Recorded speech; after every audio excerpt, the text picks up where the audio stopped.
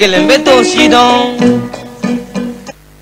don kibaru anko don kibaru ye jamunkan krengrene mi ne aba awga kunafonji gafewo kalani de kufo awyi radio Royal FM kunganfe ka damene ndene fo juma don kibaru ka awga kunafonji sebon kulu kono kuma ko wala awyi bamanangan kenyina o keme benge badara sajafe Laurent Jacques Kulubali don kibaru bozode untaye moninge joy bamangaye bamande untaye don kibaru kadamne nege kanyeta ani wolovla katabla nege kanyeta ni shegina radio Royal FM kunganfe benge badara saja ne don kibaru kene chogole kuna fonji kafe uye mune fo bi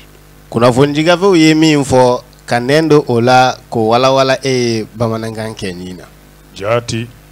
gazego vamia kiti sigi yoro kasay matoro ni makoroto de benga foga soro isogolle de do radio Royal FM na ina fo munu so mi gaje ko ne benga Bakar Salu Londres fiatu guda keme ani woro tomi murmuru duru fien shuru norma odo mali mararo sabana kenedugo sigasu aiwa umman jayga soro kunjema ka dabo ga nyasi so telma malite ko sabe ala ka soro no yambe mina gouverneur gudron badala rompoy mamelon kerefe ala kana nge gouverneur ala kanga ka comptable anga chisira mugani kele biolum la no woro mugan sabafu an woro ben shi ke comptable ya olante chisira ge ni chisira enfer sabu madala ni kasaduma ben ni chisira enfer usugo do jugudi ayi mende chisira o kasabe chisira o chisira la ne ba do ayi benge kana ko kana bam mo kana bankula ti ne ba bala te mba nye don ayi benge isabari kana bakula ti ni ne bane ko la o kasa mandi baba de ba do femi kasa ga de ta do ko do foneta femi nun kasa ga na ko lati ko lon duma nun de kasa ga de lati ko lon do be benge me mon vieux ben o kasa ga de baba da lati ko lon kasa mandi baba da naam wafla bi kurakurani abora izini na yoromi tale bangila u kele ka million tan ko ta be wafla bi kurakurani ko gere nu re gara babada kasani ndo be bola de go zati go nem Allah c'est bon soraka banawilla wafla bi kurani kasaka disa mais peke kuma nyefo ibiki bulu boy ibiki sonu boy ibiki tout ça c'est quoi bege il doit savoir la studio là avec la vidéo d'avoir travaillé studio là avec la vidéo maman de baro fait min kasaka gone yi ta fe ga min kasa yere me Allah ofoi maman ha nga bo mun ngoro kalo kili o kam sa nga le kasa me bo benge o mi o de nere ka orange chi mama nde hali ne bito ke ga wor munun ci orange la be parfait do be ko aruna o be beno suda mode munnu woro ko be nyi sigi nyon afo nyi me mangambo ke dipo ke yoro la dipo ga gelene ma wala munu be dipo ke na ma cheba ko do ko yi dipo man no ko dipo go chef fa sa ba siri du be se ka kariya ga dipo ke wa eba ne terga Londres Omar Diaw nika jawanto jawanto bun kalis jawanto bun kenken an jogora ba kay bulu ka teli depo la ko jugu nga tere nyedo de ako jani abna fliga suru ne ko Diaw anga fo anglais la don't give him don't give video don't give gaki giri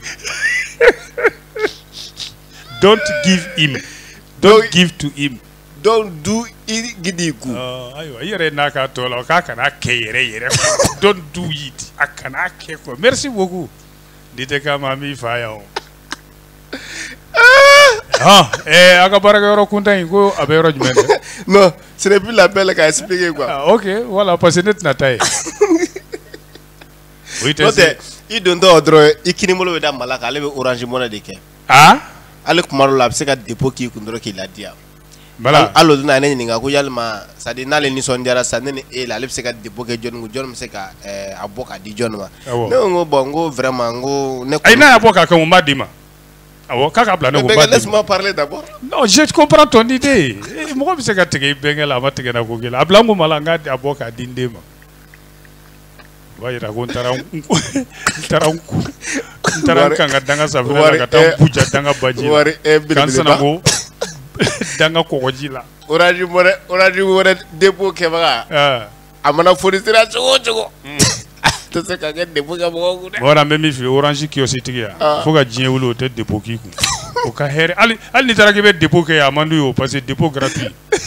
voilà u bɛ ka ko dɔw daminɛ orange ko la an m'o mɛn dɛ o jumɛn ko hali dépôt k'o bɛ sara kiosque tigi dɔw kɔni ni mɔgɔ ye wari ci ma sisan misali la 3000 o tigi b'a n'a fɛɛrɛ ci yɔrɔ 3000 jɛlen tɛ bɔ wa olu fana ka lisini b'u kɛrɛfɛ kiosque kɔnɔ o fana b'u ka fɛɛrɛ tigɛ a la ko parce que k'olu tɛ fɛn sɔrɔ la wala ne jɔ kɛ Abulayi Kulubali a y'a ci fɛɛrɛ ni fɛnw bɛɛ sara u ye 100 tigɛ o kɛra kɔfɛ hali yan ayi sisan wari min bɔra kɔfɛ de o cira Faransi mais dɔ cira yan furasɔngɔ de don 6000 n'a fɛɛrɛ ko f'u ka dɔ tigɛ o fana na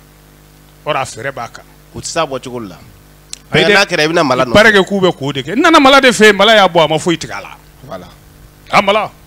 ladiri mala hɔrɔn bara foyi ma mala ko diya a bɛ baara kɛ orange la n'a yɛlɛmana PMI na don o don n tɛ taa la a ka den wuli la PMI Mali la fo dumuni tuma o ma wari tɛ sɔrɔ olu tɛ wari di mɔgɔ ma PMI n'i ma gagné i bɛ wari sɔrɔ n ko u b'i ka wari don bin na k'a di sow ma i delila ka ne ka PMI billet ta ne kɔni y'a ye maa bɛ gagné so la yɔrɔ o yɔrɔ mais o y'a sɔrɔ i ye bin caman kan dɛ o y'a sɔrɔ i ka wari kɛra ka bin caman san dɛ bin sɛnɛbali kɔni e ma sow balo cogo ye wa u kulɔlen don n ni sosogo tun haramuyalen tɛ silamɛw ma a ma haramuya e ma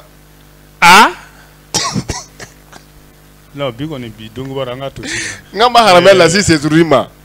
ale balo tɛ ya bɛnkɛ i ɲɛ b'a la kulen ka bɔ la jigilatigɛ ye cɛ sɔrɔ dɛ Lasi Sezuru a kɛra komi a ka sagaw ye dumuni dɔ de dun awɔ Ala de b'a dɔn dɛ dɔ de ye fura k'u kun wa sagaw yɛrɛ taara fɛn dɔ de dun wa saga 6 a bɛɛ sara kana jigin mɔgɔ la kana jurumu k'i yɛrɛ kan an y'o de fɔ n bɛ kuma wala de ye sagaw bila ka bɔ u taara mana finma ɲimi ɲagantɔ kan et puis a sigiɲɔgɔnw fana ka saga fana b'a la ala n ko ne de y'a f'i ye ma sagatigi yɛrɛ ma balo sɔrɔ fɔlɔ sagaw bɛ balo cogo di dɛ ne ma taa ni Lasi t'i den ka sagaw ka tigɛ ɲaga dɔ daji k'o wuli k'o min o k'o ye kafe ala ka da Lasi ka sɛgɛn ɲɔgɔn sa ma walahi taala cɛ dɔ b'an kan a bɛ cɛ in kan koyi ne yɛrɛ remarqué ni ne ye Lasi tɔgɔ fɔ n ka émission na dɔrɔn i m'a ye n commencé ka tɔgɔ dabila dɔɔni dɔɔni ni ne ye Lasi m'a tɔgɔ fɔ bi yan Mamada ne bɛ tile 3 kɛ n tɛ orange sɔrɔ n y'a remarqué fo n'i ye n kun gana wa i b'a sɔrɔ dɛ samɔgɔ donna daluya b'a fɛ dɛ a kɛra ko i b'o tɔgɔ fɔli min kɛ orange money minnu kan ka t'i kun je te dis olu tigiw b'o bila a kun je te dis son nom porte malheur catastrophe danger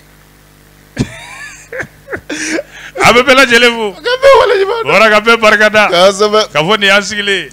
wara kunnafoni b'an bolo bi a ma nɔgɔ dɛ dɔw sigilen bɛ pan ka b'u ka fauteuil kɔrɔ koyi o tuma an tɛna bila dagajan da la sabu waati in bɛ ka boli an fana b'a nɔbɔ ngɔri o tɛ tɔ to ko la koyi e k'i ta kɛ ɲininkali kolo gɛlɛn ko ne n'an ta kɛ jaabi surumani lamani wulibali ne bɛnkɛ bile haki Isa Dado Sila a b'a faamu cogo di kasi k'a fɔ o kuma SNT Usa Seydou Nour Seydou Nour a ka mawuludu bɛ sibiri nata Usa kitana lamini Bamakɔ kamalen cɛsirilen don mawuludu ko la cɛsirilen don diinɛ in baara la kita kojugu Seydou Nour Tarawele Ala wele tɔn wa Mamada nin bɛna kɛ jama ko ye an bɛ dugawu de kɛ dɛ Ala ka ni jama kan bɛn ka jama ta fanga don la a bɛ min bɔ a da a don Ala ka lamɛn tulo ɲuman di mun bɛɛ lajɛlen ma amina rabi ora ni se kun b'an yɛrɛ nin ti fɔ an kɔ an tun bɛnnen bɛ nin kɛnɛ in kan a siga t'a la dɛ ka kɛ naminaminɛ ye naminaminɛ n ko naam Tarawele cogo belebele a fɔ an ye a ɲɛfɔ Ala kira Mamadu fɔ an ye joona joona dɛ f'an sigilen an ka y'an ɲɛ la sisan a ko ne Usa Seydou Nour Tarawele naminaminɛ Laurent Jacques n ko ɲini sama naminaminɛ Aliyu Kulubali Hala ye barika don orange money la kururu o tɛ kitabu kɔnɔ an ka yan bila angata yambla bɛɛ ka Orange Money ko bora kurane kono pe a ko ka jati bila kosɛbɛ gouvernement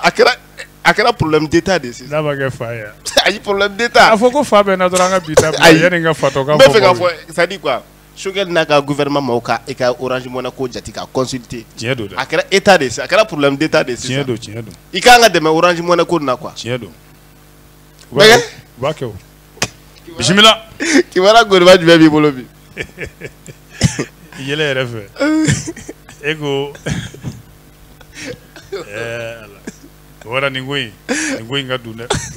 yarɔ bɛnkɛ n'a dun ka don a mana dunya cogo o cogo bɛnkɛ i dun b'a ɲɛfɔ dɛ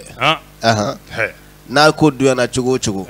ayi bɛnkɛ ko mana dunya cogo zon ka ko bɛ dɔn cogo min na kuma bɛ i k'a dɔn k'a fɔ olu bɛ kojuguba sugu minnu kɛ bɛnkɛ o bɛ ɲɛdɔn cogo min na kuma bɛ ko bɛ se ka kɛ diɲɛ maa falaw ka ko bɛ ɲɛdɔn cogo min na ko sugu jumɛn bɛ se ka dogo diɲɛ na ka tɛmɛ o kan hali yuruku maaw ni ŋanaŋanamaw ka bɛnkɛ o ka dogo ko bɛ ɲɛdɔn diɲɛ kɔnɔ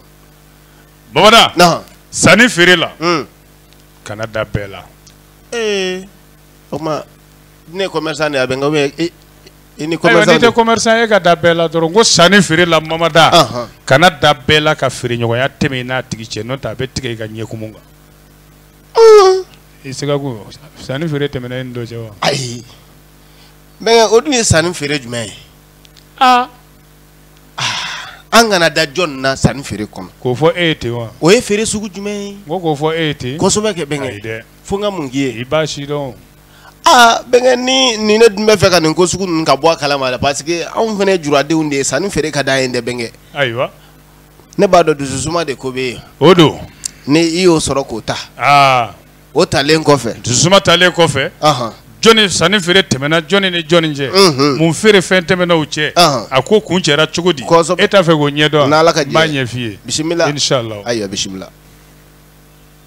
ita so ana lamini tengu dugu ni deme ɲɔgɔn dugu bolomada dugu an minnu tulo ɲagalen jɔlen do ni kunnafoni duman ye kunnafoni kɛrɛnkɛrɛnnen min n'a kɛ bɛ sababa ye kɛnɛ dugu dagabana fura min bɛ n'aw kun b'a kuma mɛn n'aw ma dɔ sɔrɔ aw kɔrɔ o kuma o kɛn filɛ ka dugu minɛ wa a b'aw bolo kɔrɔ an ko a ma ko dususuma furaw ka cɛbalen dususuma maa minnu ta ye furudimi ye n'a kɛn bɛ k'a tigilama sɛgɛn a tɔɔrɔ b'a bolo dusukun bɛ chauffer i n'a fɔ tasuma sigi b'a la mun bɛ n'u ja bɛ tigɛ walima bɛ girinti waati bɛɛ ka taa se kɔnɔja banbali bɛ maa minnu na a ye kolonkolon aw kana dususuma nɔfɛ a sasilama o ye 200 ye mugulama de don an bolo dususuma ale ye banaw kala ye an bɛ don min na ko bi a ye wuli bi bɛɛ aw kana dususuma nɔfɛ k'a ka aw ka banaw fura ye dususuma ala k'an dusu suma a bɛ sɔrɔ min Mali kɔnɔ ani Mali kɔ kan Bamakɔ dusuma bɛ sɔrɔ 66 99 14 43 Madame Fofana Fune Gabon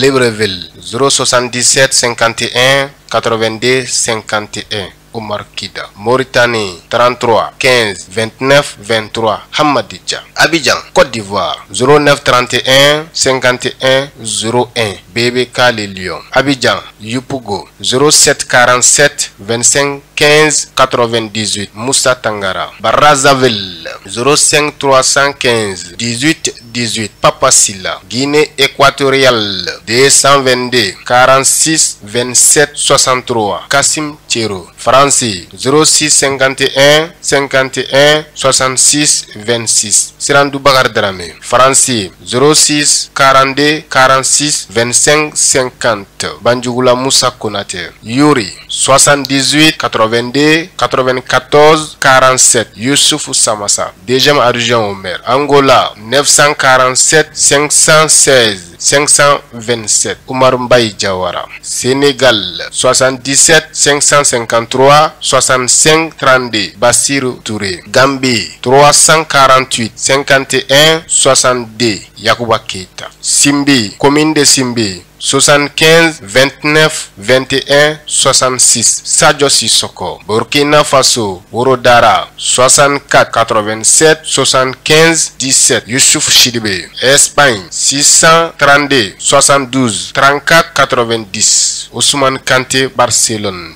Espagne 632 14 05 51 Baba Traoré l'enfant de Simbi Italie 331 458 79 27 Ismaël Silla Malta Plus 356 77 62 22 45. Ismaël Diallo. New York 646 468 64 17 646 204 54 56. Adama Sangare Simbo. Envoi à colis en Afrique. Transfert d'argent. Shipping. Du soussouma. Alakan du soussouma. Amin Arabi.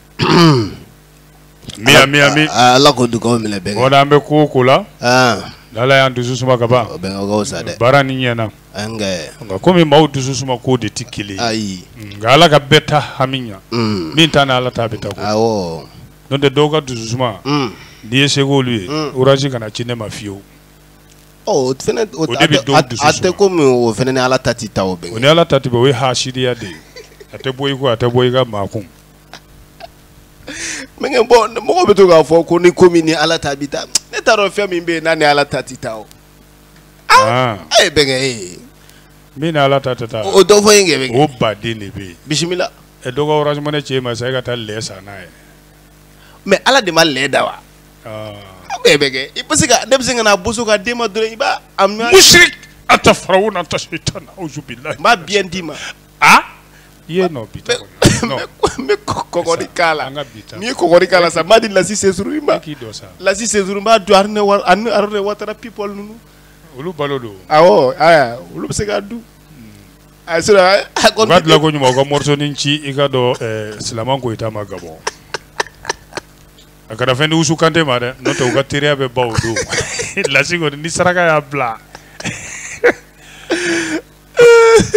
ko bɛ min fɔ aw ye bisimila ko lɛsogo in haramuyalen don a jira ko ɲuman ko karamɔgɔ ka ko ani k'a la a kunkolo naji don o fana haramuyalen a ko ko lɛsogo haramuyalen don ko karamɔgɔ k'a kunkolo naji don ko m'o ye dɛ astaghfirullah an ka taa ni kunnafoni ye Mamadu an ka maaw jatigɛ kabini daminɛ la bisimila ne kana balan tori ka gɛrɛ la i k'a dɔn k'a fɔ ka n bolo kari ka don a kɔnɔ ayiwa bɛnkɛ ɲininkali ye nin i kɔrɔ ne ko jɔn dun ye jɔn ka juru sara dɛ juru wa awɔ juru kelen kelen wa jɔn ye jɔn ka juru sara tigitigi Mamadu an tun t'a dɔn ko n b'i ye wula in na k'a f'i ye dɛ n filɛ Amadu Kufa de taara ɲɔrɔn Sirifukɛ ka juru sara i ka bɔ ko e de ye Kufa ye a ye de ci yan astaghfirullah Allahu akbar Amadu Kufa paye sa dette envers Bouye bɛnkɛ dun ye juru sugu jumɛn a taara o sara cogo sugu jumɛn na bɛnkɛ gafe jumɛn de lakali ta ça b'a sɔrɔ ne bɛnkɛ JP bɛ pan ka bɔ a sigiyɔrɔ la bɛnkɛ ne yɛrɛ jatigɛra n panna ka bɔ n sigiyɔrɔ la dɛ ba a bɛ Kamara Abidjan desanfɛ na Adjamé a bɛ pan ka bɔ a ka siège kan i ko di Bamana ko Kufa de juru dɔ kun bɛ Kufa ni Bouye cɛ dɛ ja Kufa taara o de sara gafe min ye nin fɔ dogodogoni na les témoins Bamana nin ye ko kɔrɔba de ye wa a ko in ɲɛnabɔli o taara jɔnni fɛnɛ lajɛya ko in kɛli la o de y'an ka jamanakuntigi kɔrɔ den ye a denkɛ fɔlɔ Karimu Keyita ka Karimu Keyita jɛya nin ko la pɛlɛ i ko nɔnɔ kɛnɛ bɛnkɛ i bɛ nin yɔrɔ la i b'a walawala ka ɲɛ n'i ma a walawala ka ɲɛ i b'a dɔn maliyɛn minnu bɛ tunga fɛ o tɛna nin faamuya fiyewu kosɛbɛ kɛ wara n'i ma nin walawala e yɛrɛ tonton Solomani Jara Londres a tɛna fɔ n den don a n'an bɔlen don kojugu o b'i da yɔrɔ jalaki tun taara ka bi Karimu Keyita ka ko siratigɛ min kɛra n'o ye barakazi ye yɔrɔ Sirifukɛ denkɛ la an da ma fama a kuma ma waati dɛ u ma sira da o ɲɛ wa yɔrɔ bɛɛ tun ye bolokɔni cɛjugu si Karimu na o y'a sɔrɔ an bɛ san jumɛn na 2018 ne hakili kun da man di san 2018 o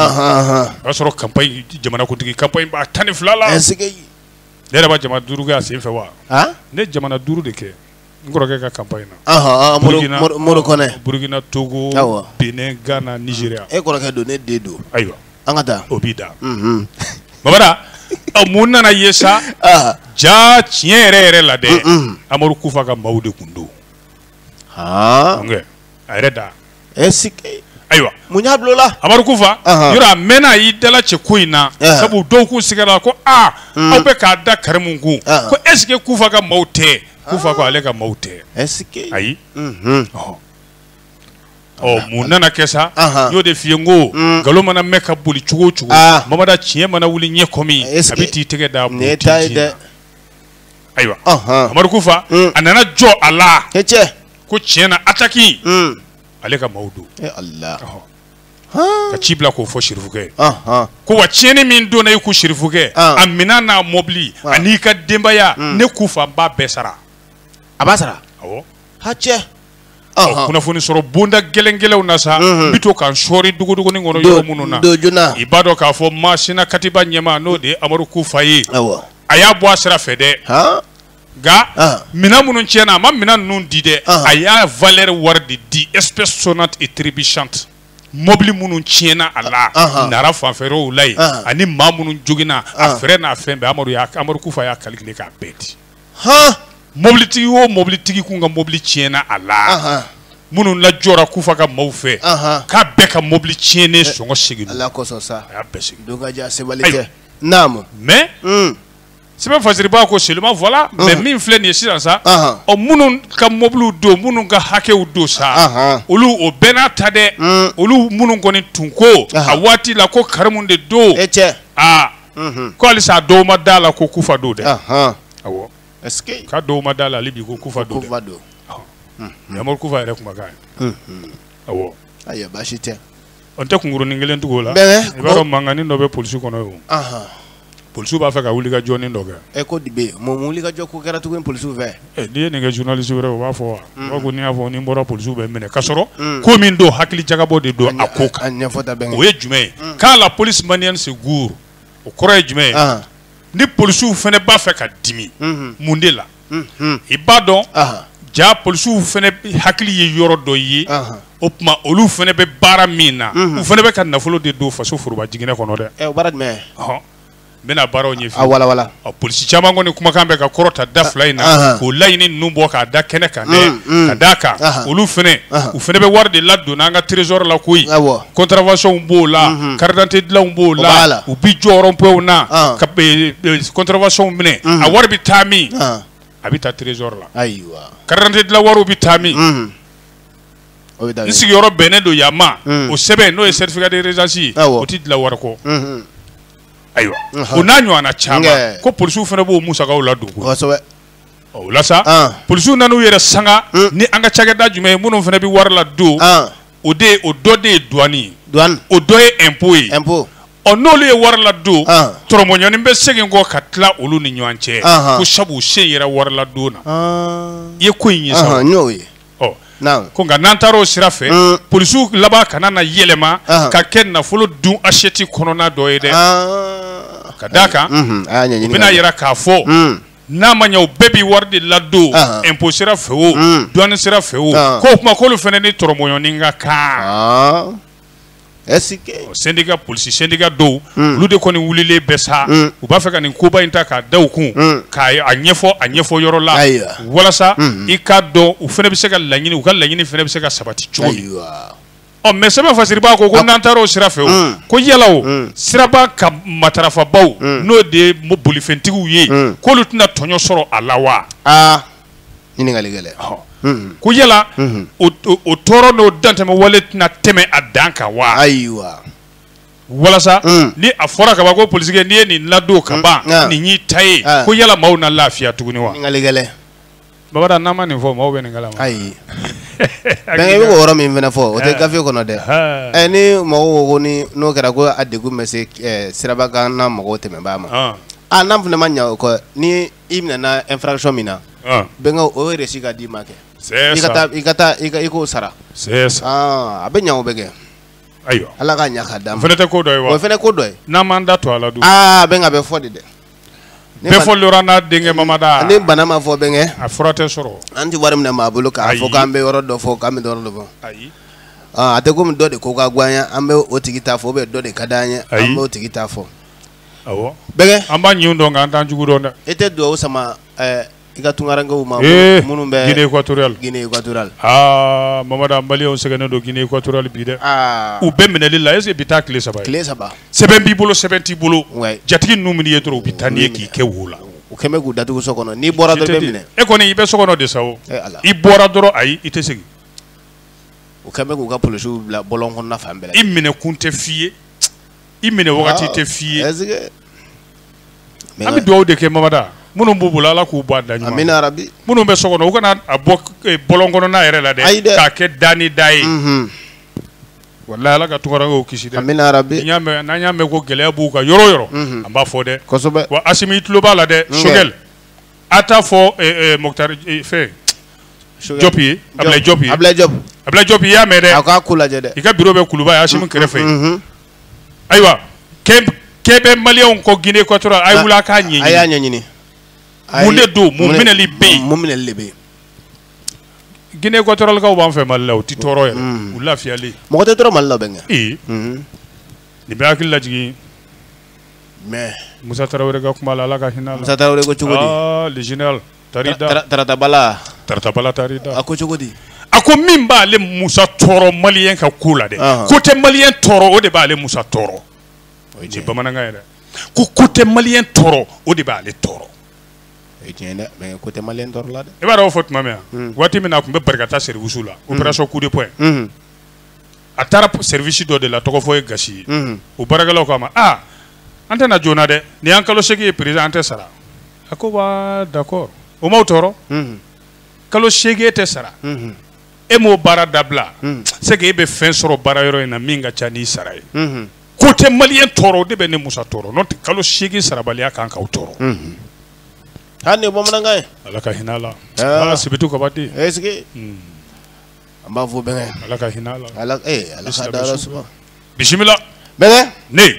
ne ko CNT maaw ye Kawoji min ka ko kɛ bila da jumɛn na dɛ Babada a tɔnsigi a kumaw ma nɔgɔya koyi des membres favorables à l'abrogation du décret de Issa Kawoji bɛnkɛ bɛ nin yɔrɔnin wala la Issa Keita ale ka se k'a faamuya Babada k'i ka dɔn fanga furancɛ fanga wasabulon a maa dɔw ko ka sutura birifini wuli ka bɔ Kawoji mun kan dɛ awɔ gafe jumɛn y'a fɔ les pays taa ɲini k'a lajɛ bi bɔlen n'a t'i bolo anw ta b'an bolo yan a tɛ d'i ma dɛ i b'a kala k'a bila i b'a dɔn u ye jɛkulu dɔ sigi CNT kɔnɔ an da ma fama a kuma ma k'olu k'u ɲɛsin Issa Kawoji min kungo ma u ye tɔnsigi kɛ i k'a dɔn sɔgɔma ayiwa nka yan'o cɛ a maa dɔw n'o ye CNT maa dɔw ye olu kɔni ko k'a ka sutura birifini wuli de ye awɔ nka ko yala bɛn bɛna kɛ o kan wa o waati nataw n'o ko f'an ye dɛ siga t'o la i b'a dɔn Kawoji min yɛrɛ an bɛ don min na ko bi a bɛ dogodogonin na Ala ale de tɛ CND 4e vice président ye wa a bɛ kaso la depuis dɔgɔkun tɛmɛnen a welewelema dara k'a ye kumaw fɔ min bɛ jamana bawulili ko fɔ walasa ka jamana yɛrɛ ka lagosili kumaw juma tɛmɛnen yɛrɛ an da ma fama o kuma kiiri in yɛrɛ jaabi ma bila kalo kura tile 3 la wa n'o ye décembre kalo ye ko nka a bɛ to kaso la yan'o cɛ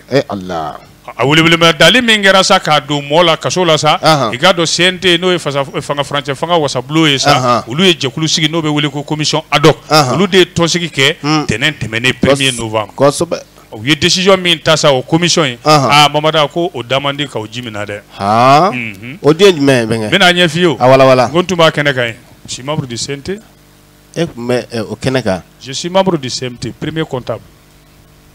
premier comptable de taa président fɛ n tɛ jaw place fɛ bɛnkɛ dɔw n'o b'a yira o kɔrɔ dun kɔrɔ ko sɛgɛn t'e la est ce que an tɛ maaw ka orange money t'u bolo sa wa mais ma baara daminɛ CNT la fɔlɔ e ne y'a tɔnsigi la wa e ko k'e tun b'a kɛnɛ kan n b'a kɛnɛ kan ni n y'a maa ye journaliste joli tun b'a kɛnɛ kan fɛn min journaliste tun tɛ yen yɛrɛ ça c'est huis clos ne m'a f'i ye ko huis clos commission ye réunion kɛ sortie de son huis clos o kɔrɔ maa si tɛ yen n'olu yɛrɛ tɛ n y'a faamuya sisan ayiwa o la sa i b'a dɔn fanga furancɛ fanga a tɔnden dɔ de a wasabulon tɔnden dɔ de y'a fɔ an ye k'an kana ale tɔgɔ fɔ dɛ ayiwa yɔrɔ ale b'i komi wasabulon yɛrɛ fanga furancɛ fanga kɔnɔ u kɛlen ka u yɛrɛ dama ɲɔgɔn ye kɛ n'o ye huis clos ye u y'a ɲini k'a fɔ ko Kawoji min a minɛlen min filɛ nin ye ko k'a ko dulon ayiwa min ka jugu n'o bɛɛ ye CNT n'o ye wasabulon yɛrɛ ye an ye min ɲininka n'a y'a ɲɛfɔ an ye dɛ a maa dɔw de ko k'u b'a ɲini Asimu fɛ a ye sariya min bɔ ka Kawoji min sugandi k'a don CMT la dɛ k'a k'a sariya wuli k'a wuli kun jumɛn na walasa kiiri ka se k'a ka kiiri kɛ k'a ka baara kɛ a ɲɛ ma normal la nka a tɔnden dɔw y'a yira k'a fɔ o sutura birifini wuli nin ka bɔ Kawoji min kan commission min sigilen filɛ nin o t'o ka baara ye nka u bɛn'u ka tɔnsigi fɔlɔ kɛ est-ce que u y'a kɛ kaban kunun de kun fɔra u ma fɛn boloda ka bɛn o ma fɔlɔ nka a maa dɔw de kɔni y'a laɲini ko Asimi kɔni a k'a kɛ cogo bɛɛ la a ka Kawoji min ka sutura birifini wuli a ye décret de nomination min ta ka ɲɛsin Kawoji ma CMT kɔnɔ an y'o mɛn o da ko yala jɛkulu min sigilen filɛ n'o ye commission ad hoc ye k'u bɛna jɛ n'o laɲini ye wa ɲininkali gɛlɛn kelen ko yala wasabulo fanga furancɛ wasabulo ko don CNT ko yala u bɛna kawuji min bila ka bi wa ɲininkali gɛlɛn ale min ye a ɲɛmaa danga naani ye k'u b'u bolo bɔ a kɔrɔ k'a bin wa ayiwa ɲininkali gɛlɛn jaabi gɛlɛnmani bɛɛ gindo ka fasiri don le pays kɔnɔ ka lase an lamɛnbaaw ma laadiriya la bɛnkɛ siga t'o la ayiwa bɛnkɛ ni ji sɛnsɛnni min ka di o bɛnkɛ kosɛbɛ nka kuma kunnafoni fana mana walawala bɛnkɛ a bɛ faamu dɛ nka Yakuba Samakɛ Senegal ale b'a ka ɲɔdulɔ min ka sɔrɔ a ma sɛnsɛn bɛnkɛ Yakuba Samakɛ y'a fanga b'a la ale b'a ka ɲɔdulɔ min ka sɔrɔ a ma sɛnsɛn ne kɔni tun ko k'an ka fɛɛrɛ kɛ k'a feere ka wari di ma hali n'a ma bɛrɛ ni ɲa ye parce que Samakɛlaka ninnu est ce que ninnu feere wari bi bɛrɛ bɔ bɛnkɛ mais sisan sama ninnu bɛɛ ye sama senkanmisɛnninw de ye u sɔngɔ ma ca ko tɛmɛ wa sama senkanmisɛnnin ni sama bolokanmisɛnnin i m'a dama Samakɛ ye Faransi wa o la an bɛ ne denkɛ fo Kasimu Kamara Maison Blanche a b'a fo Fajuruba denkɛ o don a bɛ Fajuruba Kamara yɛrɛ fo le bon grand frère fo Bamakɔ an b'a fo bisimila bɛnkɛ ne ko kuma jumɛn nkalon tigɛra dɛ Conseil de sécurité de l'ONU wa awɔ 2 points faux et archi faux aucune décision n'a été prise contre le Mali mɛkɛ nin y'a nanzarakan ye a ko ale don a yɛlɛma bamanankan na joona an k'an tana an bila don a la dɛ jɛnamini tɔnba bolofara min ɲɛsinen bɛ lakana ma ko nkalon don dugutulama nkalon don ko ŋaniya si ma taa fɔlɔ Mali juguya la olu bolo studio tamani de ye nin fɔ ni dana Talibi Baraji t'a faamu bɛnkɛ fu nkɛ Babada naam ko ɲangili wo tɔɲɔli wo ko nin si ma bolo da olu fɛ ka ɲɛsin i k'a dɔn Mali ma dɛ jɔnni ye nin kuma fɔ ntɛnɛn tɛmɛnen o de y'an ka ministre min cɛsirilen don an ka jamana ni jamana wɛrɛ sera taama la i tɔgɔma tɛ wa ok Babada i b'a dɔn o sɔrɔla mun fɛ kunnafoni dɔw de tun bɛ munumunu na bɔlɔlɔ siraw kan o kunnafoni ninnu y'a yira k'a fɔ ju t'u la nɛn t'u la kunnafoni ninnu y'a yira k'a fɔ jɛnamini tɔnba a bolofara min ɲɛsinnen don lakana ma Yama Karawasi in na k'olu kɔni ko ko an b'a fɛ ka foroba kuma min sigi walasa ka jamana mulu kura bɔ n'o ye Assise nationale pour la refondation ye ko kalafili t'i bolo da n'o ma kɛ k'o y'an ni Nations Unies kari ɲɔgɔn na o kunnafoni ninnu de nkalontigiyalen filɛ hali minisima maaw fɛ dɛ waati min na CEDEAO yɛrɛ kan ka tɔnsigiba kɛ yɔrɔ n y'a f'i ye n ko le 7 n bɛ taa Ghana o tɔnsigi in don e bɛ t'o de la sommet extraordinaire o ye invité i bɛ taa i ka ci dɔ de bɛ yen i bɛ t'o la je vais défendre le Mali belebele à la CEDEAO Allah kumakan lamɛnnen don CEDEAO non ne bɛnkɛ kɔni ayi ne e kɔni sera kɛnɛ kan e yɛrɛ ye yalen ayi ne e yera ye ka ban bɛnkɛ e ɲɛna e b'a wasa kɛ bon parce que n'u ye Choguel bila ka taa ale bɛ tubabukan na ye kɔrɔbɔrɔkan dɔrɔn de mɛn ne dun bɛ kɔrɔbɔrɔkan mɛn n bɛ tubabukan mɛn n bɛ anglais mɛn n bɛ irisi mɛn n bɛ espagnol mɛn hali chinois bɛ dɔɔnin fɔ a la dɔɔnin n bɛ foli dɔrɔn de b'o la hinɔ Babada CEDEAO ka tɔnsigi bolo dalen don nin kalo in tile 7 an da ma fama a kuma jɛnamini tɔnba bolofara min ɲɛsinnen don lakana ma sa yɔrɔ olu kɔni ye tɔnsigi kɛ octobre kalo tile 29 Mali yɛrɛ lahala kan ayiwa nka a tɔnsigi kɛ yɔrɔ in na ye u ma jaabi di maa si ma u bɛ ka min fili bɔlɔlɔ siraw fɛ ni bɛɛ bɛ k'i da de a kan n'anw b'a fɔ piyan Babada k'o ye dugutilamangalo de ye mun bɛ bɔlɔlɔ sira kan dɛ ko ka d'a kan hali Nations Unies yɛrɛ n'o ye jɛnamini tɔnba ye u ka kunnafoni dicogo tɛ nin dicogo in ye n'u bɛ nin kunnafoni sigiw di dɛ ninnu bɛ k'a fɔ sira min fɛ bɔlɔlɔ sira fɛ ko jaa ti di o sira fɛ jɔnni ye nin kuma fɔ Yayi Sen wolofɔ don wolofɔ don n'i y'a mɛn ko Sen o ye wolofɔ ye o ye wolofɔ ye awɔ n y'a faamuya a bɛ Roquette Diouf fo an b'a fɔ Diouf Joroba ministre chargé de communication baarakɛɲɔgɔn don ayiwa i b'a dɔn Nations Unies ka o tɔnsigi a jaabiw ma kɛ ɲɔgɔn kan fɔlɔ yɛrɛ bon u bɔra ka document fɔlɔ minnu ye n'o ye gafe bolofara 4 ye 8 pages un document de 8 pages o y'a yira k'a fɔ u ye nali dama minnu kɛ Mali la o de b'o kɔnɔ dɔw sinna k'o fili bɔlɔlɔ kan ten ko Nations Unies ko k'a bɛ taa don jɔnni y'o ɲɛfɔ an ye Noël Jara ale conseiller technique ye Ablaye kɛrɛfɛ ye Ablaye Diop kɛrɛfɛ ye kosɛbɛ ko maliyɛnw kɔni ni dan bɛ min kan n'o ye wulibali ye fo foroba kuma in ka sigi de ka Mali mulu kura bɔ o kɔfɛ de kalafili denw bɛ fɔ kalafili denw n'olu fɔra o la sa o de bi da CEDEAO tulo kan o bɛ kɛ ni dun y'a jateminɛ o foroba kuma in sigili ma se fɔlɔ dɛ o ye décembre kalo tile 20 ka taa kuncɛ a tile 26 la a faamuna n ka carte d'invitation yirila carte d'invitation i y'o sɔrɔ kɛ en tant que personne de ressource amago bi ga haglina la na ala sona benga aywa ibita onge babara nam do de yo yesa o document mbole de o ta ko fili fien fe esike ko Nations Unies ko kala fulu ka dabla ho ko foroba kuma inga dabla kanga nyeshi kala film ya isa jone o kuma fene ngalotigia Birema Madu Kone politologue de son état ni makala ne mbay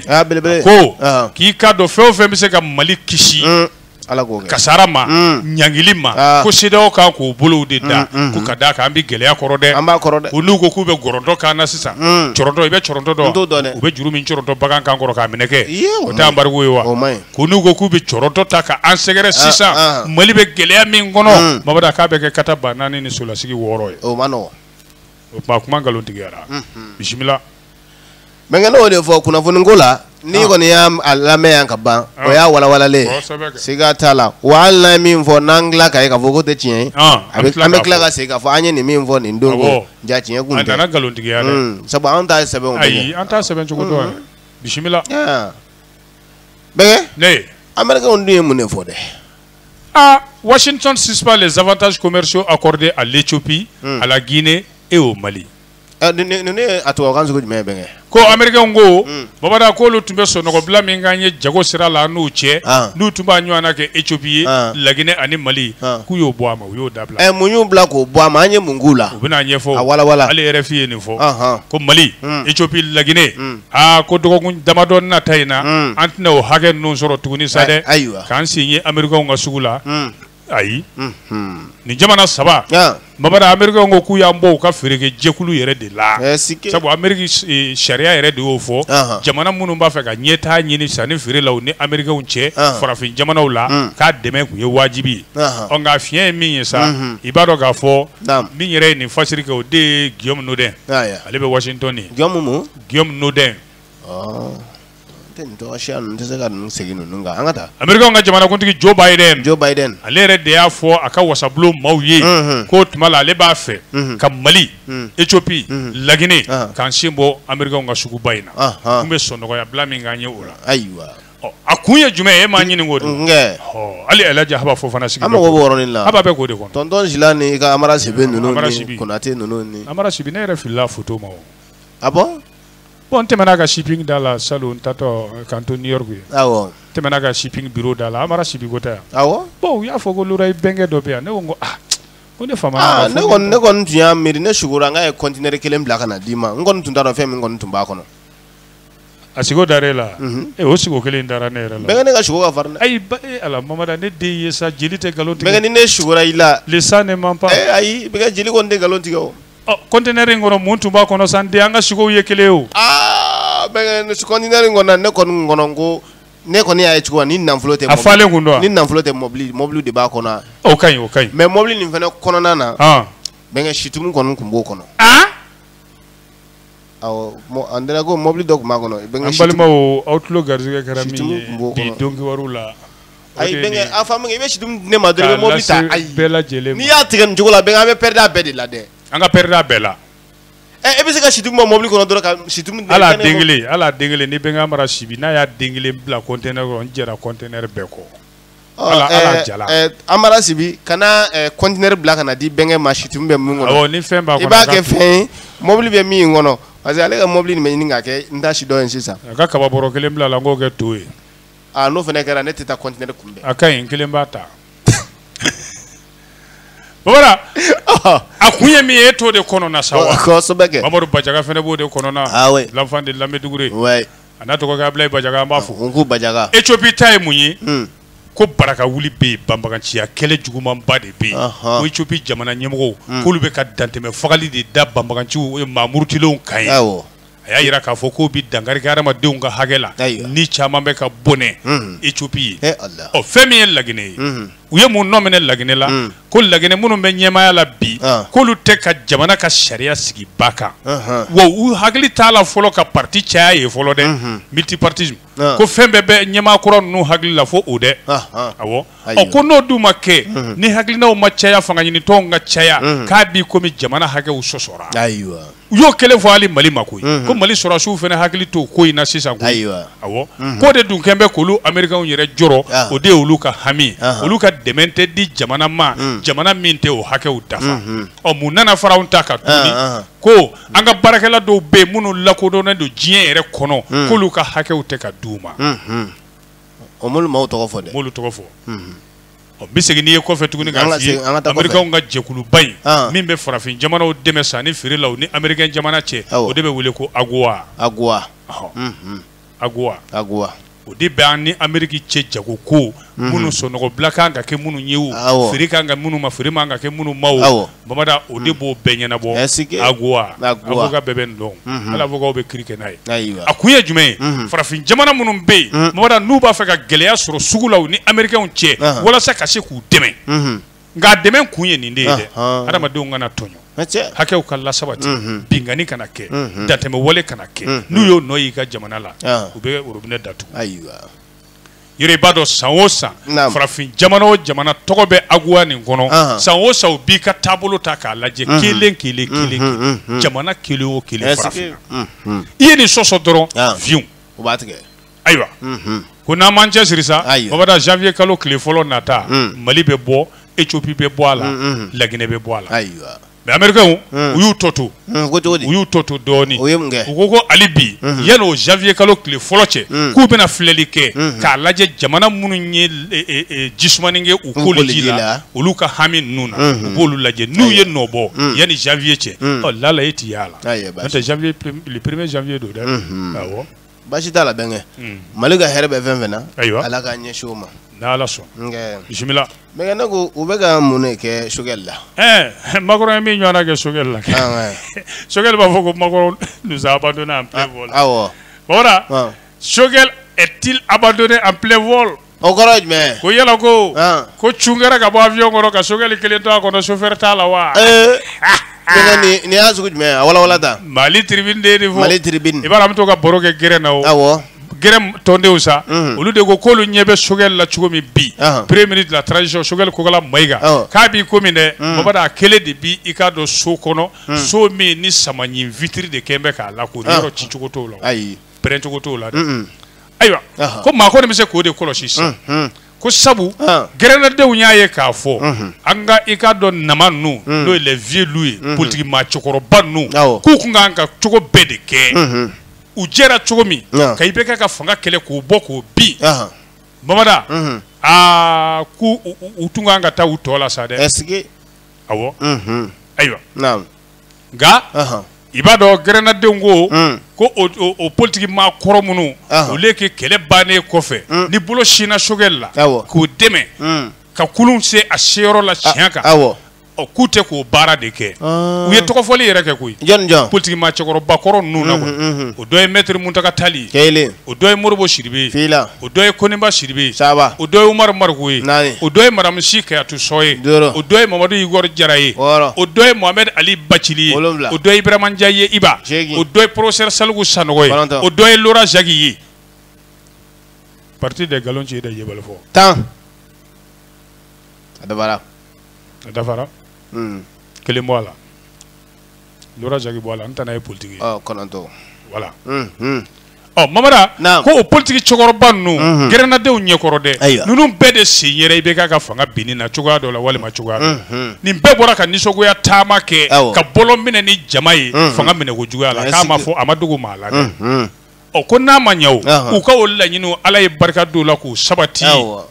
o doni min nana sa kana da sogeli kunsa ka jamana kli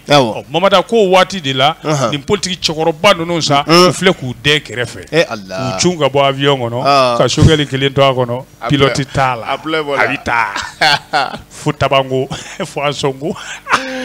la politique ko de jigila mi sa be grenade una politique kono kadu aywa wala grena esa uluko de ka fo ni politique ma nonu mamada ko tunga ku timina diade kasobe kayira ka fo jamana mago ba de bela ko sogele be yoro min bi am mago yere bolu ka experience la u ka famuna ambe dominer ko bi ko ni sogele siranyumanta u kanga sogel dembe ka dembe ko konyodna mamada ku hakili to ala ka blasirani hakili na nyuma unyi ko sobe aywa ko maintenant ko abe sira jenge fene ka ke cogo bela ka foye ka la tli ko be kun sigi be ku buno barade esike o nga grenade ngoni mbulu e ka do ko fili do be Allah ni shogel yo lu ke ko ni nyema ku nunu politique nyema nunu ulu de ka nga ke shogel kalan faye sabu a chama me min do politique la shogel ta jaga ay ya sa o nana kangar de da politique match koroban nu yesa ku cogo don sa de ku cogo don ko ni shogel desera ulu be de desera de sabu be de fanga mbi nyon fe shogel kelima desera aywa ku do kanga sigi kana kele gunda kun ka sa kanga sigi kana eche faso jola ka shogel kala ka sira do akoro esike kono sigi gubulo do da Ibrahim Anjaye Mali Tribune baga yeni wala la jom na ne denge bebe ka le lion ibengata batine konte adati be wa batine konte adati be wa dati bana bebe ka dati bana akoroge du akoroge to GMG GMC de GMC de General Motor Chrysler ale fait dati bana Ousmane Diawara GMG gongo ba le ga dossier la Ousmane Diawara joy ay bengati ul beti benga bebe ga mo go ani Fatmata Sissoko ni Kamisoko bafu bafu amigo mi ere benga bani yo jagde bania akada le dati tala ana busu de bayni ay bonti ka ndese ka bayni ba bayni dati ba ay de kana abe lasi se suru ni to ma fo Gabon amba fo digo bari che digo bari fo amba fo mana kungama yaro de aka numéro ko menga téléphone do mi no tunna téléphone gelen de be mulu saw o tunna be ka kede ni mi en wele mbari ni wala e ba ke tetini be ko de ga yani flana nga so ay benga téléphone be tunni no ne ga orange mo na numéro kon de tunu babra be takne ba fo takne ba wage garsige chien soro de chugodi la nan sama daga bana téléphone flala nga bagaju de chuena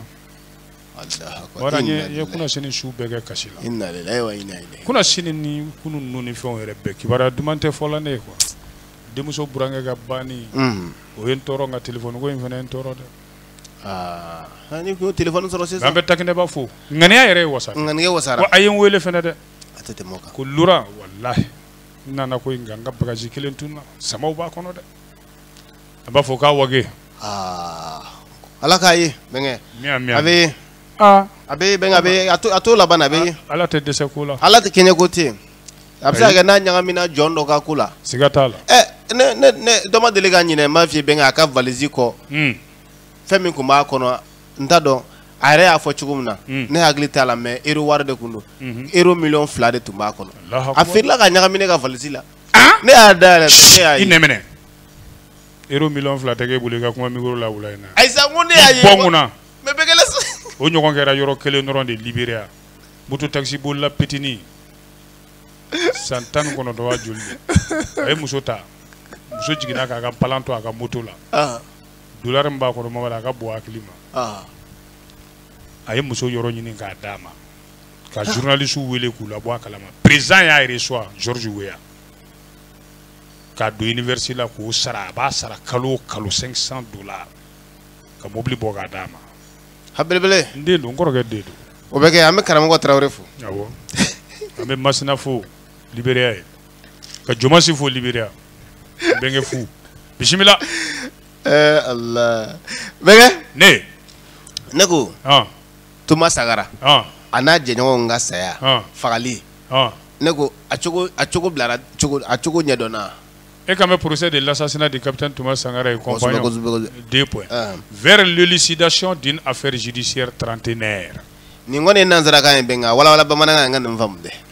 le bane fo bamana na docteur Papiti na famu bubu ay na duma fama kana jigida daw marga ga ba fo ay ale gon no vayo babara Sankara na jenyo nga saya kambe ka nyeshinga ta akula jeli yoroma ko mingera na sambisa bani doni yenyina les témoins de ya wala ngoi babara atura frigo kono kri frigo kono ka sumaya tonton Allah femi ka do Burkina jamana kontiki koro noye Burkina Faso le pays des hommes intègres capitaine Thomas Sankara ana jenyogon tani fula uluga saya babara ko ikado abeka bo frigo kono ka glaci yele bini octobre kalo kile 11 tɛmɛnen a kiri dayɛlɛnna sɔrɔsi kiri bulon na Wagadugu ye ayiwa kabini o kɛra ko Sangara kanuba caman de ko uff an bɛna kow ɲɛdɔn sisan sa a bɛ ɲɛdɔn ja o bɛɛ Mamada a kɛra bɔnfurula ko ye cogo di kiri daminɛna yɔrɔ min dɔrɔn diɲɛ bɛɛ y'a fɔ bɔlɔlɔsira bɛɛ kan jabaraninw bɛɛ la tarata kalo kile 26 ɔ Tuma Sangara minnu jalakira ani Tuma Sangara yɛrɛ ka avocat Tuma Sangara ka avocat olu y'a yira k'a fɔ ko ka kiri bɔ a dɔgɔkɔrɔ ko sabu olu ma labɛn kosɛbɛ kosɛbɛ gafew ma d'u ma joona u k'a fɛsɛfɛsɛ ka na ni kɔkɔrɔma don cogoya ɲuman ye ayiwa basi hakilina jiginna i b'a dɔn kiri in dayɛlɛ ko fɔlɔ ani filanan o bɛɛ kɛra cɛkunba fila kɔ minnu yɛrɛ tɔgɔ bɛ kalimongalaw la nin ko la o ye jɔnni jɔn ye Mamada maa 14 de kɔni olu yera kɛnɛ ka ye jalaki binna minnu ka nin ko la olu kɔni welela u yera o dɔ tɛ général Gilbert Diendéré ye wa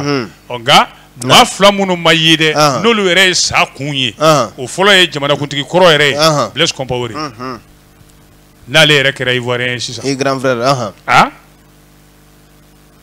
m'a mɛn ne ma kuma o kabini ale ye dɛ grand frère kɛlen ye président ye wa a ka taa ni tun ko k'a ka comptable n bɛ sɔn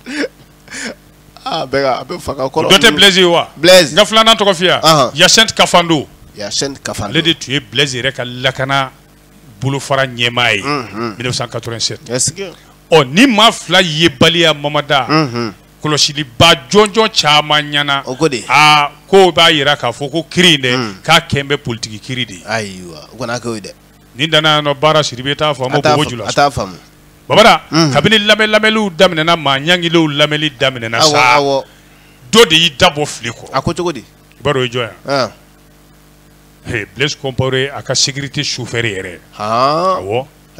87 min tun ye sécurité chauffeur ye l'agent et chauffeur de la sécurité du président i b'a tɔgɔ dɔn Yamba Élisée Ilboudo Yamba Élisée Ilboudo maa 14 minnu yera kɛnɛ kan ale fɔlɔ de welela a kuma na n'i y'a lajɛ bolo wɛrɛ kan i b'a dɔn kiri in bɛna tuma min na a y'a sɔrɔ Burukina yɛrɛ bɛ ɲugu ni ɲagaɲaga la bi ka d'a kan le légendaire le visionnaire le capitaine Thomas Sankara Mamada ko Burukina bɛɛ tun b'a fɛ lakanabaliya ɲɔ ɲɛlen min bɛ Burukina bi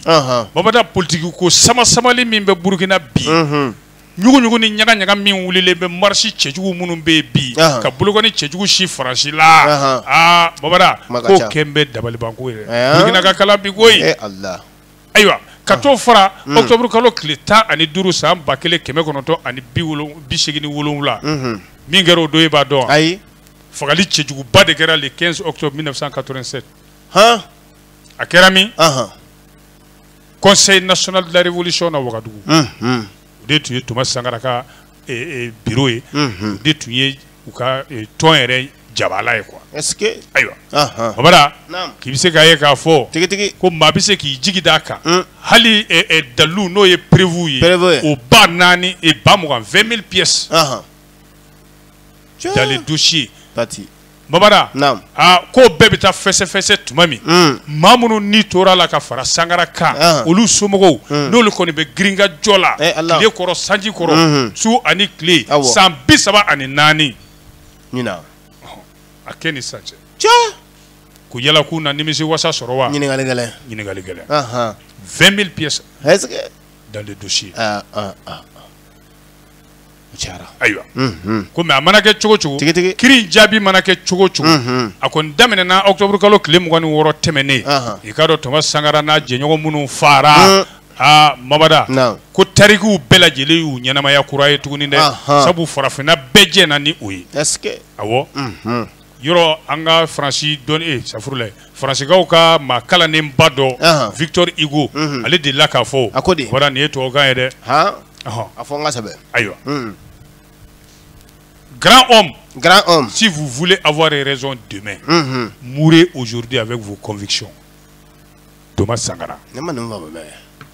ko cɛba n'i b'a fɛ ka tiɲɛ sɔrɔ sini sa bi i ka hakilina ka tiɲɛ kan n'i b'a fɛ ka tiɲɛ sɔrɔ sini dɛ sa bi i ka hakilina ka tiɲɛ kan ko Thomas Sankara kun y'o maaden ye Thomas Sankara a bɛ komi a ye Victor Hugo ka o kuma in a ye baara kɛ n'o ye kosɛbɛ kosɛbɛ a kelen tɛ dɛ maa damadɔ minnu ye baara kɛ n'o ye Mamada minnu sara ani minnu balolen don ni diɲɛ bɛɛ bɛ k'olu kofɔ bi u ka tilennenya n'u ka laadiriya la u ka faso kanu ni faso jɔ baara la n t'o dɔw f'i ye minnu sara wa n t'o dɔw f'i ye wa o dɔ ye Modibo Keyita y'an fɛ yan a Daba Keyita den o dɔ tɛ Kwame Nkrumah ye wa Ghana o dɔ tɛ Patrice Lumumba ye wa ale bɛ bɔ mini RDC mais fɔlɔ Zaire de tun don Zaire kun fɔlɔ mais Lumumba si Patrice Lumumba i b'ale dɔ dɔn a bɛ kɛ parce que i bɛ fɛ ka dɔɔnin fɔ la pour que Mamadou Bouné k'a mɛn quoi bɛ kɛ je connais très bien là-bas ne ba tɛ Zaire yan Alimadugu de bɛ yen ale bɛ Ntɔman bɛ yen Alu Darame bɛ yen Bɛnkɛ don Safurulaye n ba balimakɛ don bɛnkɛ bɛɛ ye kelen o dɔ tɛ Ahmed Sékou Touré ye wa Laginɛ n kɔni b'ale dɔn minnu salen don maa balolenw na cɛkumaw la minnu bɛ tiɲɛ kan hali bi u bɛ sa tiɲɛ kan Mamada u t'a bila u tɛ nafolo minɛ ka maa ta fɔ Mamada bɛɛ tiɲɛna diɲɛ bɛɛ ye min fɛ diɲɛ bɛɛ y'i bolokɔrɔta ka min ta k'a kɔrɔta a filɛ sanfɛ Pen FM Jɛbɛnkɛ n tɔgɔ fɔ journaliste Laurent Jacques radio Royal FM Sikaso Traoré d'après Marotolo 76 29 62 76 go avec foli di Marotolo a ko Marotolo journaliste international ko 99 10 12 13 di dɔgɔna kɛ Mali ka di dɛ Mali ka di dɔ de bɛ Ala minɛ k'i gulo dɔ la ten ka taga ten bɛɛ kɛ jɔn ye dulo jɔn na ka taa bɛɛ kɛ mɔgɔw bɛ gulo mais comme ne ye n dulo dɔw la sisan n b'a fɛ k'a dɔn i kan bɛ jɔn de ma sa bɛɛ ni tɔgɔ bɛɛ ni jamu e b'a fɔ sisan ko c'est-à-dire Modibo Keyita ninnu ye minnu sara ye wa minnu bɛ balo la ye sisan ne ka bɔ de ma e b'a fɔ ten wa i b'a k'a fɔ ko n panna ni su kama ye wa ne tɛ pan ni su kama ye parce que n'o kɛra n bɛ n tɔgɔma sɔsɔ Seyidina Badara Alu Arabiyalahu anhu k'a den filaninw ma ko n denw aw kana pan ni su kama ye Badara le y'o fɔ a denw ma Asan Ali Fusen n'a ma ɲa cɛbakɔrɔ i bɛ sa tiɲɛ kan ka n'i pan ni su kama ye mais n'i y'o bɔ an ka Seydou Nourou ye nin yɔrɔ faamu mais caman de b'i disi gosi n fa kun bɛ taa e yɛrɛ bɛ cogo di bɛn ka kɛlɛkɛbagaw wililen don bi dɛ minnu bɛ k'a fɔ ko an ka bɔ an faw ka so kɔnɔ ten sa k'an ka taa an taw ɲini an yɛrɛ kosɛbɛ kɛ Mamada k'i fa y'a ɲini ka tɛmɛ i fa ka ɲuman na danbe la bɔkolo ni yɛrɛ dɔn na jigo la ne de b'o f'i ye a belebele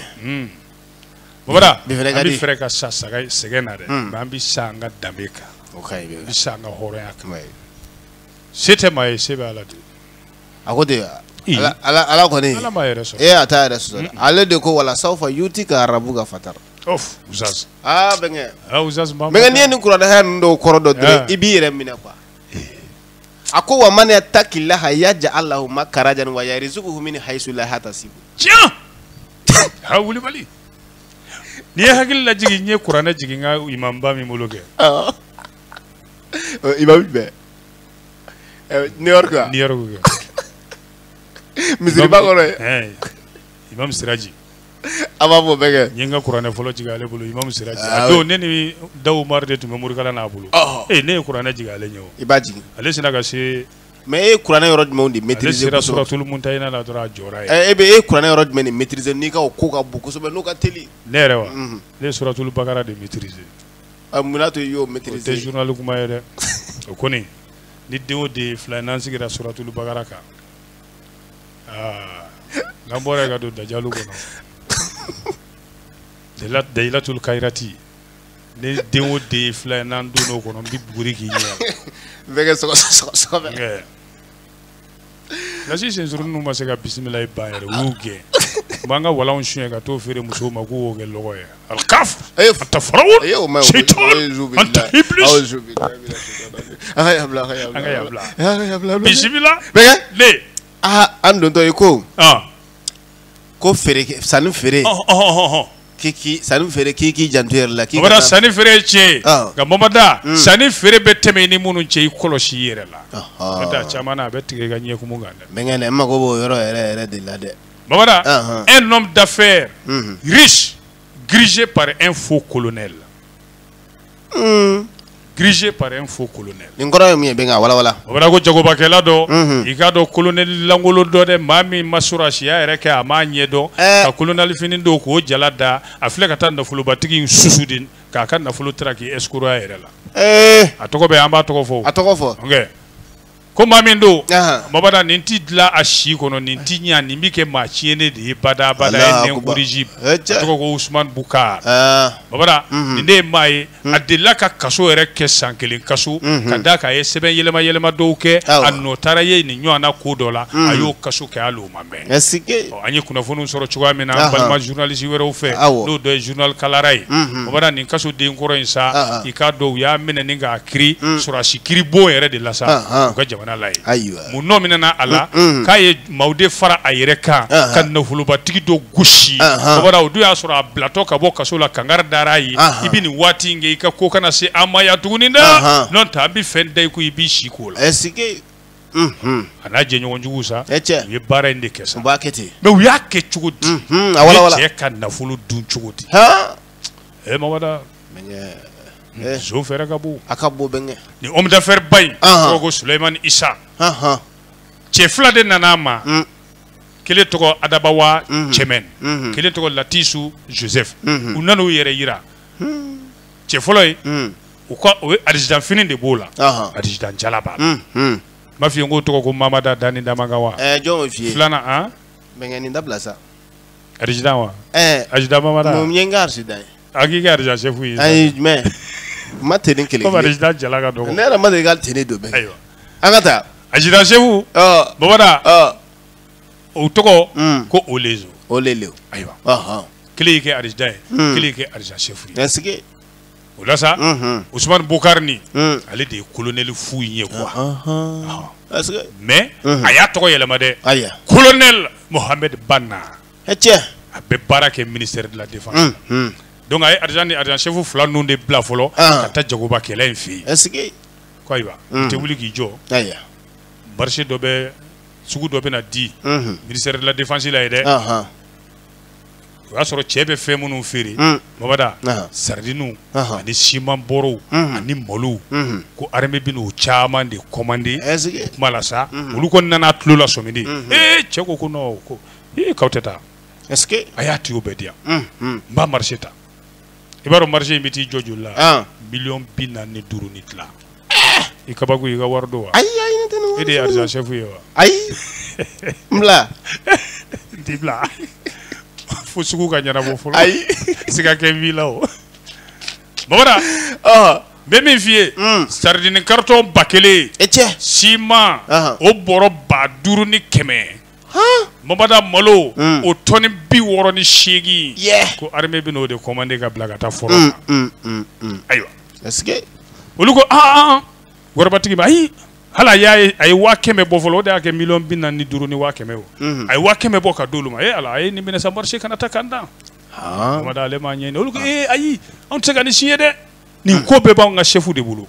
jagoba kele go ka chefu du e joye sa ko ko ma ko gelentigi do de est-ce que colonel Mindo ma ko gelentigi ko gele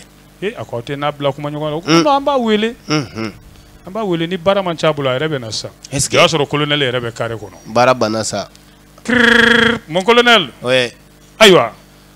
angon sega contrat signé de jagoba kele ngo ko alni contrat de l'année bibulu kibse kana na ka be marchandise ou livrer ça ko membolo de gunendo me aben kono minute tamena belebele ya ka mobili wuli ka bo dogo yoro ina kana quoi est-ce que colonel na namba fi ni argent chef wuli ensemble va ko repo robo warbatigi yere wula fa be yere mon colonel ça va il veut boisson du même non nambe service là ante boisson mi est-ce que aywa ika élément de nana fo tandere de tunganga wuli ka shiba ko non c'est pas grave bon ministre go ngani affaire ni gérer de jona parce que sur la sous segane do forona Allah est-ce que donc fait ko fole no sardine carton bakili ciment Shiman boro voilà boro kemeduru ni ko afin be yame wala sa commerçant ke sina ka kam manevru be weliti amada ka remorgu jo chargement de d'abord est-ce que ko bo d'accord contrat fleni contrat tampon b'a la signature b'a la cɛ y'a signé ale y'a signé a ye copie kelen di commerçant in ma ka kelen bila ko sini k'i bɛ taa intendance la i bɛ taa wari ta yɔrɔ jumɛn na intendance sɔrɔsiw ka wari sara yɔrɔ e t'o dɔn sa i b'a sɔrɔ a siya kɛ quand j'étais lieutenant de l'armée n tun bɛ taa wari ta yen au temps de Moussa Traoré c'est pour cela an bɛ n'i bila ka taa front na non n bɔra j'ai démissionné i démissionné na dɛ ko coup d'état kɛra ne ni Moussa ninnu de la n y'a faamuya sisan n bolila de jo don ok n bolila ka taa n dogo tonton Sila fɛ New York ka sɔrɔ a sifini bɛ jini a tɛ tɛmɛ o kan sinon j'étais lieutenant plein chargé de comptabilité à l'intendance militaire et de sécurité sociale ça va trop njɔkɛ Ablaye Kulubali Ablaye ko n kɔrɔ ni tɛ sera daga ɲɛ i ka wari ko i ka wari ko n dɔgɔ o fɔ kɛ o fɔ i ka dɔ sara n'i y'o fɔ sisan i m'a f'i ye i bɛ orange cun dɛ i b'a cun an bɛ bulon fo k'a ka barika an b'a fo Bamana naam cɛ ka minɛnw tacogo filɛ suya e na k'a banna u taara ni camion ninnu ye ja o y'a sɔrɔ dɔw de ye nin commande kɛ commerçant dɔw olu bɛ jamana min na u n'u ka jamana bɛ dancɛ bɔ u taara ni camion ninnu ye fo frontière la sannikɛla ninnu ye wari sara u ye minɛnw k'olu ko olu ye frontière tɛmɛ ka taa u ye remorque chauffeur ninnu bɛɛ de siri k'u da mamada u tɛ foni ni dumuni tuma tɛ dɔgɔkun kelen k'u bandi ɲɔgɔn dɔw bila k'olu kɔlɔsi ye k'olu ta d'u ma u yɛrɛ tɛmɛna ni wari ko dɔgɔkun kelen a k'u bila ayiwa commerçant kɛ de y'a ka chauffeur kɔnɔ ka dɛsɛ tile kelen tile fila tile saba fo dɔgɔkun a wulila ka taa ministère de la défense la a bɛ taa olu ko non ko mais colonel tɛ yan min tɔgɔ ye nin tɔgɔ in ye o Mohamed Bana colonel Mohamed Bana non k'o tɛ yan ko argent o tɛ yan argent chef o tɔgɔ tɛ yan o si tɛ yan olu yɛrɛ tɛ baara kɛ an t'o dɔ sɔrɔ a si ye ko mais taa gendarmerie la est-ce que o da sɛgɛsɛgɛlikɛlaw wulila ka u nɔbɔ ka t'u bibi ka kunnafoniw kɛ ɲɔgɔn kan ka t'u tɛgɛ da escroc ba in kan Usmane Bokar k'a ka argida minɛ k'a ka argent chef minɛ très bien o y'a sɔrɔ u bɛ bɛnja bɛɛ la fo jamana ye région wɛrɛ la ye taar'u mɔ yen ko tolɔgɔma ka na n'u ye ma bɔ ka ɲa o i mɔna nin mɔcogo ŋɔna kɔni i n'o de ka kan u y'u mɔ yen ko tolɔgɔma gangɛnɛma ka na n'u ye hɛrɛ t'o kɔ hɛrɛ foyi t'o kɔ o bɛ kɛ laban min na an b'o dɔn sa an ka taa u nan'o bila kiri ka bolo kan n'o ye sɔrɔsi kiribulon yɛrɛ ye tribunal militaire k'o de bɛ se k'u kiri parce que sɔrɔsiya ko kuma b'a la ministère de la défense tɔgɔ b'a la ni ala ma baasi kɛ nin nkalon yɛrɛ tile 11 kɛ le 11 novembre 2021 a kiri jaabi bɛ bɔ ayiwa n'an ye min y'a la n'a ni fɔli ka kan an t'o fɔ siga t'o la inchallah o an bɛ bɛɛ fo ka bɛɛ waleɲuman dɔn ni ala ma baasi kɛ don sini o bɛ dansigi ta la sini nɛgɛ kaɲɛ 17 n'o talan gosira tegu an tɛ ɲɔgɔn sɔrɔ nin kɛnɛ in kan kosɛbɛ inchallah n'ala ka jɛ hakɛto b'o la sallallahu alaihi wasallam merci aw maa minnu sigira ka dɔnkibaro kɛnɛ lamɛn arajo Ural FM kunkan fɛ bi aw tulo garisɛgɛ kɛra min ye o kɛra nin ye mali kɔnɔ a n'a kɔ kan an n'a fɔ ko ka an na aw bɛɛ don nataw la arajo Ural FM kunkan fɛ hakɛto b'o la sallallahu alaihi wasalama